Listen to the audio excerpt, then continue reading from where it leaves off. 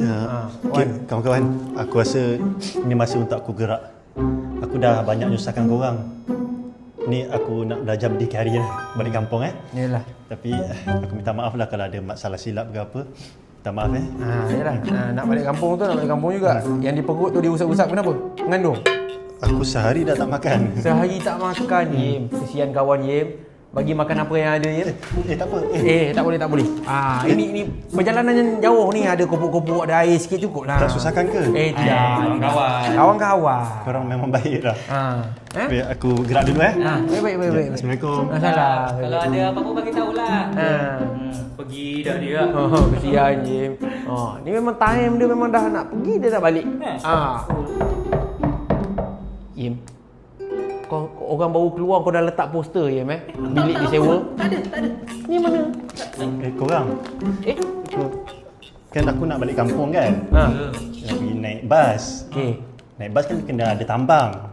Aku tambang tu macam ada short sikit lah. Tambang berapa? 100. Tambang 100, kalau shot pun 10-20 je dah. Berapa shot je? 100.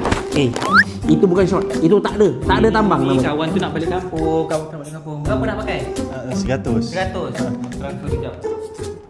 Tak nak susahkan. Tak apa, kawan-kawan. Tak nak susahkan. Dah. Ada masuk? Masuk. Terima kasih tau. Aku banyak susahkan korang. Tak apa. Tapi aku pergi dulu Okay.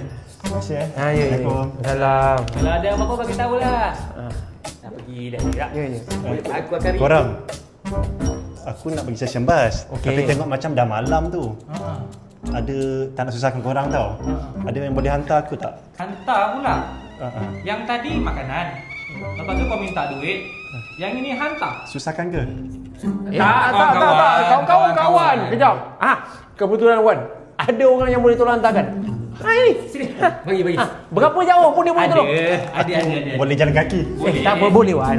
Sini Wan. Dekat je. Tak. Sini boleh Wan. Sini boleh. Sini Wan. Kau. Ni makan dia. Ni makan dia. Kau nak lagi mana? Kau tak. Sini.